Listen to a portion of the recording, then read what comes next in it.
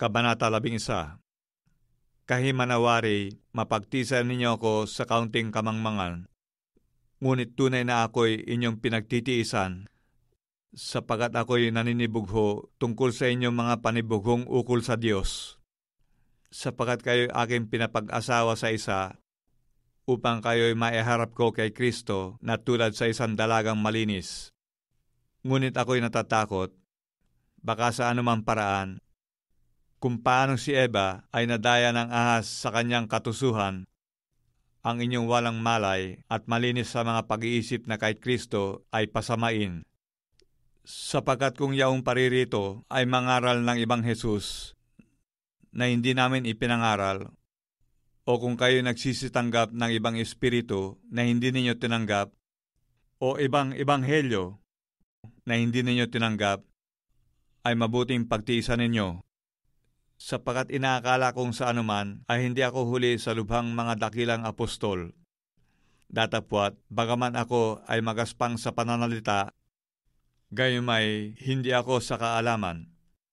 Hindi, kundi sa lahat ng paraan ay ipinahayag namin ito sa inyo. Ako nga bagay nagkasala sa pagpapakababa sa aking sarili, upang kayo mga taas dahil sa ipinangangaral ko sa inyo na walang bayad ang ebanghelyo ng Diyos? Aking sinamsaman ang ibang mga iglesia sa pagtanggap ko ng mga upa sa kanila upang ipangasiwa ko sa inyo. At pagka ako'y kaharap ninyo at ako'y nagkukulang ng ikabubuhay, ako'y hindi naging pasan sa kanino man, sapagat mga kapatid, nang sila'y manggaling sa Macedonia ay tumakip ng aming pangangailangan, at sa lahat ng mga bagay ay pinag-ingatan kong wag maging pasanin ninyo, at mag-iingat nga ako kung paano nasa akin ang katotohanan ni Kristo. Sino man ay hindi makapagpipigil sa akin sa pagmamapuring ito sa mga dako ng Akaya. Bakit? Sapagat hindi ko ba kayo iniibig?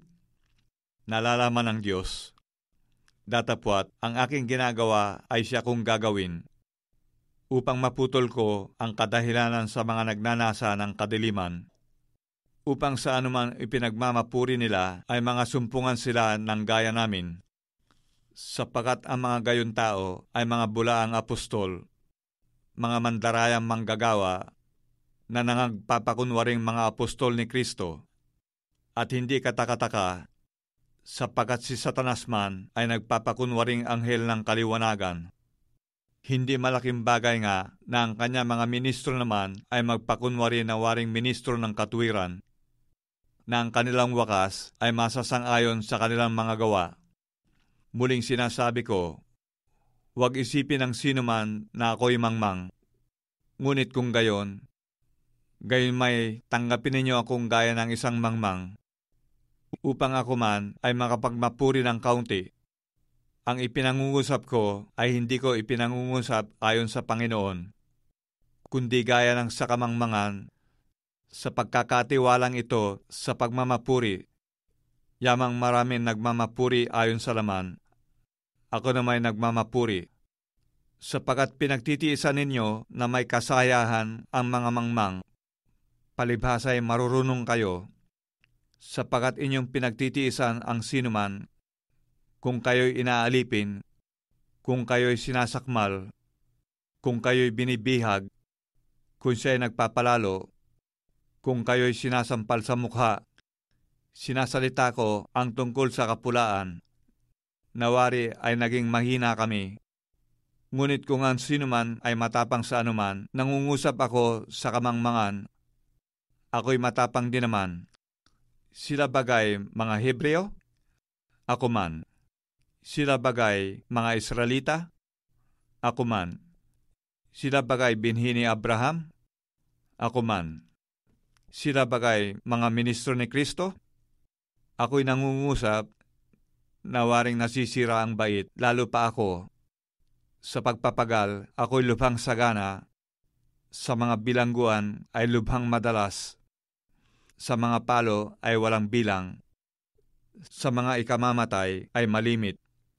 Sa mga Hudyo ay makalimang tumanggap ako ng 40 palo, kulang ng isa. May ikatlong ako'y hinampas na mga panghampas. Minsan ako'y binato, may ikatlong ako'y nabagbag.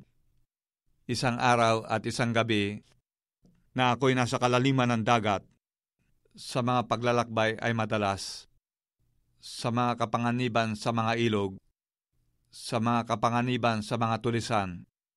Sa mga kapanganiban sa aking mga kababayan. Sa mga kapanganiban sa mga hintil.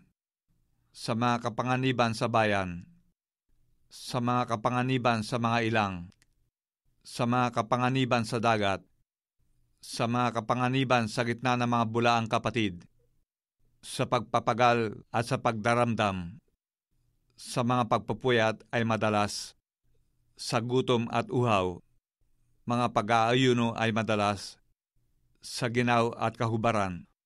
Bukod sa mga bagay na yaon, ay may umiinis sa akin sa araw-araw ang kabalisahan dahil sa lahat ng mga iglesia. Sino ang nanghihina at ako'y hindi nanghina? Sino ang nagpapatisod at ako'y di nagdaramdam?